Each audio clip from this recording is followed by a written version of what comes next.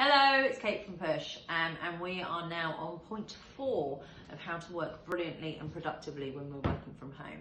And this one we are calling location, location, location. And I have to be honest with you, having now obviously run my business for quite some time and working remotely pretty much all throughout that, I've realised that this is one of the most important things. It's one thing to really get your head around when you do start doing it.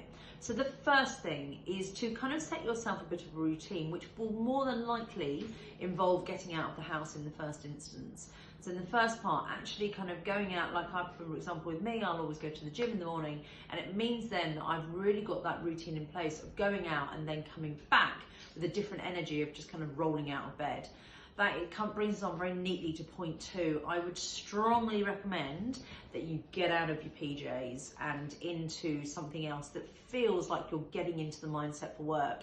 Even though I work from home at home, I will on occasion put some makeup on or do that kind of thing, just because it gets me into that kind of work mindset, and it means that I feel stronger, for example, and stronger mind when I'm actually going in to some of the conversations maybe I'm having on the phone, and I feel in the right kind of position.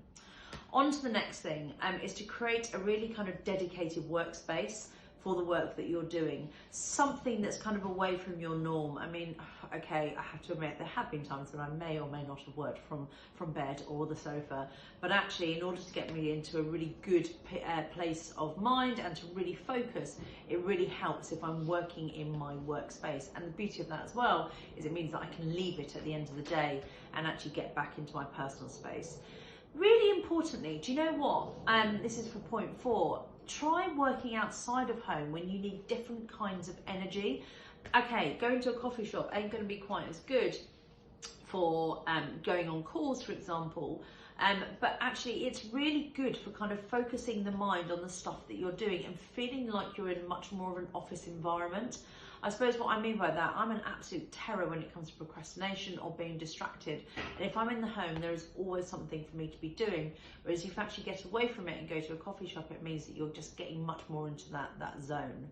And then finally, try and avoid friends and family who can distract you. You know, again, they're not working necessarily, and so that they will be in a very different frame of mind to you. So if you need to get into something where you are much more focused, then try and get yourself away from that distraction. I really hope that helps. Location is an incredibly important thing that I've learned along the journey, and I think it's something that will really help you too.